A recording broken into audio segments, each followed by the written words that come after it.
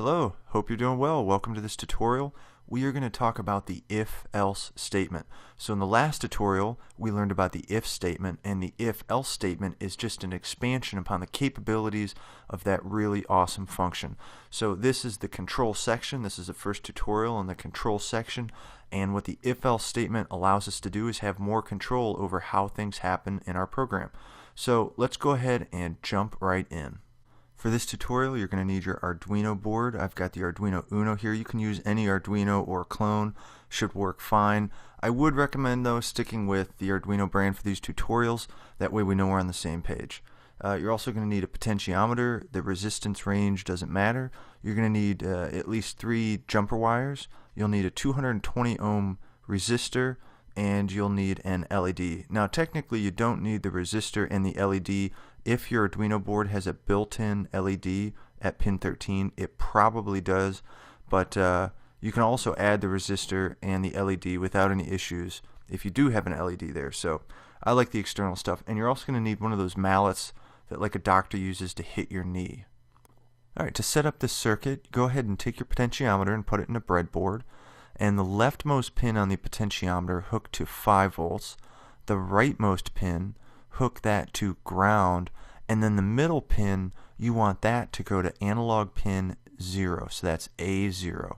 And then you're going to want to hook your 220 ohm resistor to pin 13, and it doesn't matter which direction it goes.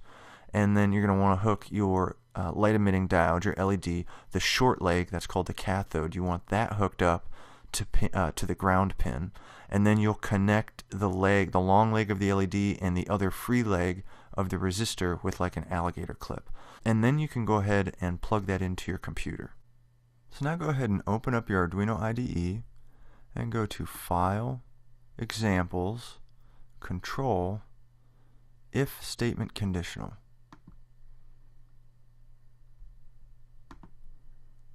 And let's just start at the top.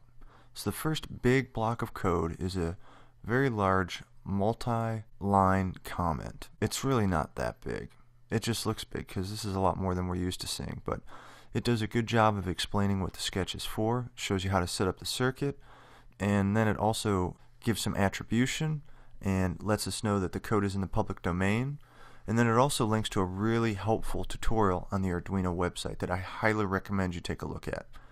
Anytime you get into a new program, definitely read the comments, see what the author had to tell you. Alright, so that's enough about the comments. So now we move on to the next block of code, and that is where we declare and initialize some variables. So these are kind of interesting. You see there's this const before the int keyword that we're familiar with. So that stands for constant. Okay, so what we're doing is we're defining some variables here, and we're calling them all constants. What constant is a qualifier of a variable. So the first line there, constant qualifies the integer analog pin. What it does is it protects the variable from ever being changed. And that might seem a little counterintuitive. Like, isn't the whole idea of having a variable so that it can change? Well, in some cases, you don't want your variables to change. You want them to be constants because you don't want at any point in the program a new number being assigned. And what can happen occasionally is by accident, you can assign a new value to something that shouldn't be changing. And so when you make something a constant, you protect yourself from future error if you know that that number will never change. So that's the whole idea of a constant. At first it seems a little odd, but in some cases, and in this case, it's a good it's a good time to use a constant. Okay, so we've got 3 constant integers.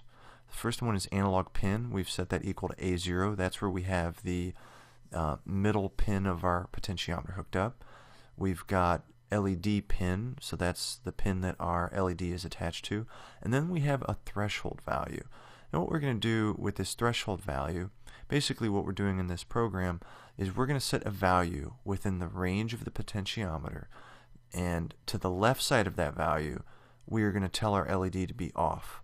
and to the right side of that value, we're going to tell our LED to be on. And so that threshold determines that cutoff point. Okay, so those are the variable declaration and initializations. So moving on to the next block of code, we've got void setup. So void setup doesn't have too much going on here. We've got our good old pal pin mode. So again, pin mode sets the mode of a pin. And what pin? Well, LED pin, and that happens to be pin 13, and we're setting it as an output. Now, if you recall, all pins are by default set to be inputs. Okay, so we didn't have to do pin mode analog pin input. You don't have to do that. It's done by default. However, I personally like to do it. Now, it's not done here, but I like to explicitly say whatever pin I'm going to use, I like to set the mode. Not a requirement, but I like to do it just for my own benefit. So when I look at the code, I know, hey, it was set as an input or an output. Okay, and then the next thing we need to do is initialize our serial communication. So we use the begin function from the serial library, and we set the baud rate at 9600 because we're going to want to see information displayed to our computer from the Arduino. So that is the setup. Okay, now let's move on to the loop. Okay, so the first thing in the loop we do, and this should start to become familiar to you, the first thing we do is we initialize, or rather we declare and initialize a variable.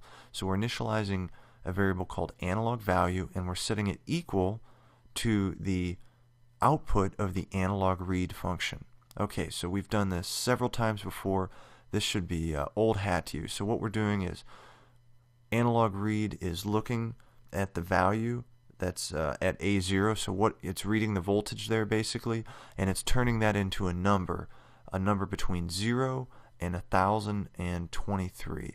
So any number in between there based on the voltage from 0 to 5 volts, it's going to throw a number out there. So if there's 0 volts, it's going to return a 0.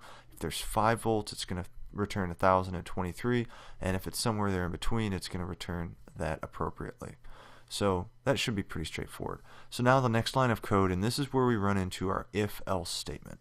So what we've got here, so first we're familiar with the if statement. So when we're looking at an if statement, the first thing we want to do, we look at that condition. What is the condition set by the if statement? So here it's asking, is the analog value greater than the threshold? So, well, what is analog value? Well, that's that integer that we just declared and initialized. So it's asking, is the value, is the voltage at your pin, at pin A0, is it at such a value that it's higher, it's going to be higher than the threshold? And when I say voltage, I actually mean the output value from analog read. So that's kind of a misnomer there. So is the analog value variable greater than the threshold? That's the condition. And if it is, what do you do? Well, look at the start curly bracket there right after the if statement, and then the next curly bracket one line below. What's the code in there? Well, that's digital write LED pin high. So digital write, that's going to apply 5 volts to a pin. Well, what pin? Well, LED pin, and that is pin 13. And, well, what kind of voltage is it going to write? Is it going to write high or low? It's going to write high. It's going to write 5 volts because we say high. If we wrote low, it would be 0 volts. Okay, so that's what gets executed if the analog value is greater than threshold. And in our case, threshold is 400. So if analog value is 401, then that LED at pin 13 is going to come on. Well, okay, well, what if it's not? What if that condition's not met? Then what? What else happens? Well, hey, look right after that if statement. After that second closed curly bracket, what do we see? We see the word else, and the word else is a keyword, okay? And then notice else, we've got another curly bracket. And then what do we have? We've got another command, and it says digital write LED pin low. So now we would be writing low voltage to pin 13, so that would turn the LED off. So let's reevaluate this condition. Basically what it's saying is if the analog value is greater than the threshold, it wants you to turn the LED pin high. It wants you to turn it on. And then if it's anything else, so if that condition is not met, so anything else, it wants you to write the analog pin low. So this is kind of a catch-all. So the condition here, the first condition, is going to specify what it wants you to do in that condition. And if that condition is not met, the else statement is everything else. So if the first one doesn't go, the second one will go for sure. Okay, so that's the if-else statement. Else is always going to get executed if that condition is not met. And if the condition is met, then the only thing that's going to get executed is what's in that first line, what's in between those first curly brackets. Okay, so I think that's enough about the if-else statement.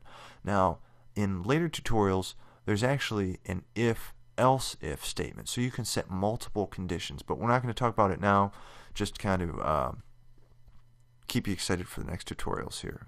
More cool stuff down the road.